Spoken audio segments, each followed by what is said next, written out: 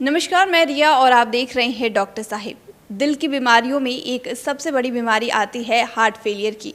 तो इस विषय में हम जानकारी प्राप्त करने वाले हैं डॉक्टर विनीत कुमार से। डॉक्टर साहब हार्ट हॉस्पिटल में कार्यरत है और कार्डियोलॉजिस्ट है। तो डॉक्टर साहब बहुत बहुत स्वागत है आपका हमारे चैनल में।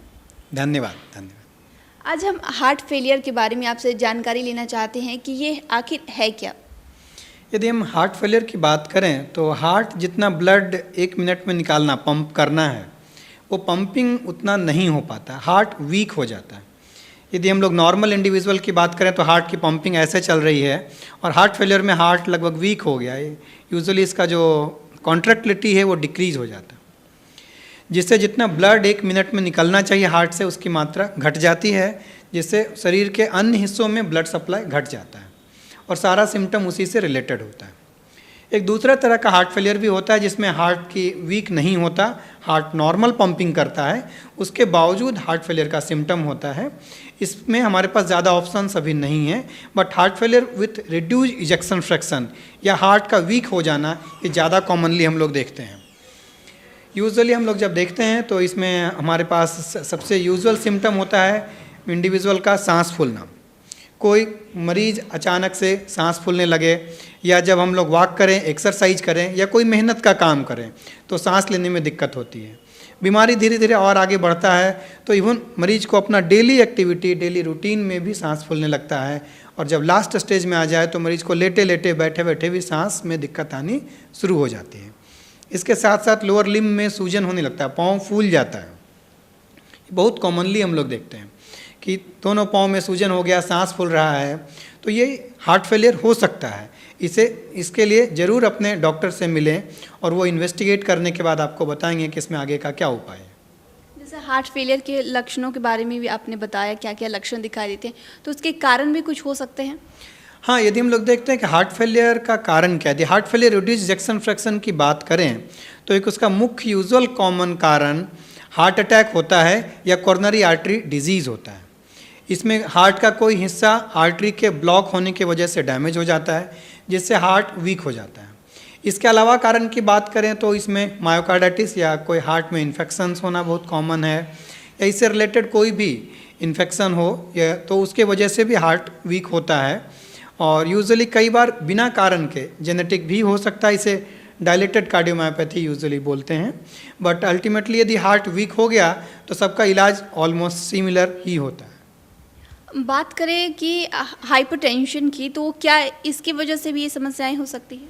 हाँ, बिल्कुल हो सकती है। यदि हम लोग बात करें तो हाइपरटेंशन से heart failure with normal ejection fraction या heart failure with reduce ejection fraction दोनों हो सकती है।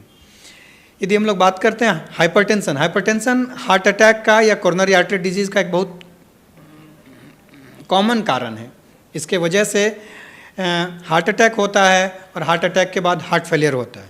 तो डेफिनेट रूप से ब्लड प्रेशर का बढ़ना या शुगर का अनकंट्रोल रहना हार्ट फेलियर के लिए जिम्मेवार है।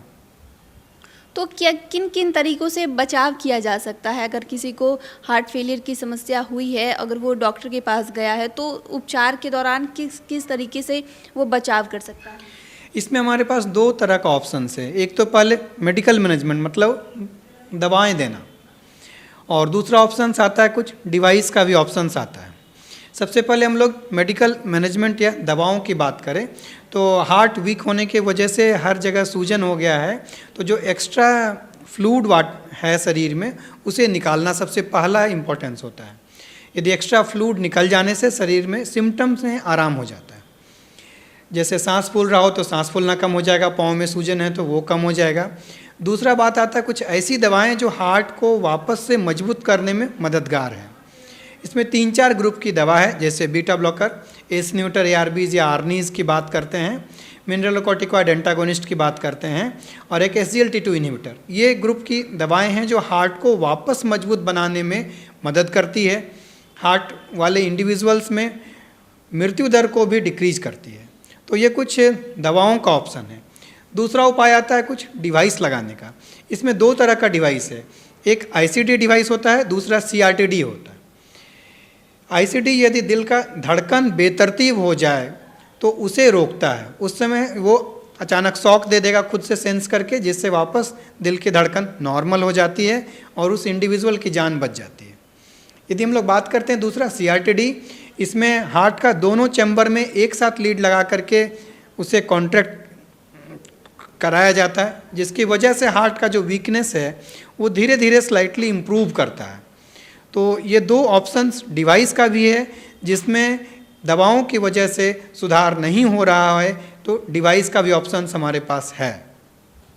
अगर जैसे बात करें कि आजकल लोग बिना डॉक्टर के सलाह के ही गलत सलत दवा भी ले लेते हैं, तो क्या वो दवा का असर भी इस पे हो सकता है? हाँ, बिल्कुल हो सकता है। देखिए, कोई भी दवा है उसका अपना इफ़ेक्ट और साइड इफ़ेक्ट दोनों होता है, ये हर दवाओं के साथ है। हम ये दवा ये देख के देते हैं कि उससे होने वाला बेनिफिट साइड इफ़ेक्ट से ज़्यादा है, तो उस हालात में हम लोग दवा एडवाइस करते हैं। हर दवा हर इंडिविजुअल के लिए नहीं होता, तो इसमें हमें डेफिनेट ये सोच के देना है और बिना अपने डॉक्टर के सलाह के अननेसेसरी दवाओं से बचें, ये घातक हो सकता है। इवन जैसे हम लोग देखते हैं हार्ट फेलियर के मरीज में यदि IV फ्लूइड लगा दिया जाए तो डेफिनेट रूप से उसकी हालत बहुत बिगड़ जाती है।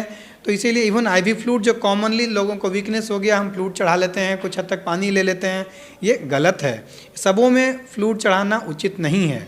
हार्ट फेलियर के मरीज में स्पेशली फ्लूइड नहीं देना है, ये बात समझना है। इवन हम लोग दवा दे के भी मुंह से ऑरल फ्लूइड का मात्रा भी कम करके रखते हैं। IV फ्लूइड तो बिल्कुल हम लोग रिस्ट्रिक्ट करके रखते हैं, ऐसा नहीं करना है। तो शुक्रिया डॉक्टर साहब, जो आपने हमारे साथ जानकारी साझा की उसके लिए बहुत बहुत शुक्रिया। बहुत बहुत थैंक यू, धन्यवाद। तो आप डॉक्टर विनीत कुमार को सुन रहे थे, जिन्होंने इतनी सारी जानकारी हमारे साथ हार्ट फेलियर के बारे में साझा की। तो इस विषय में आपकी क्या राय, हमें कमेंट कर ज़रूर बताएं। चैनल को सब्सक्राइब करें, फेसबुक पेज को लाइक करें।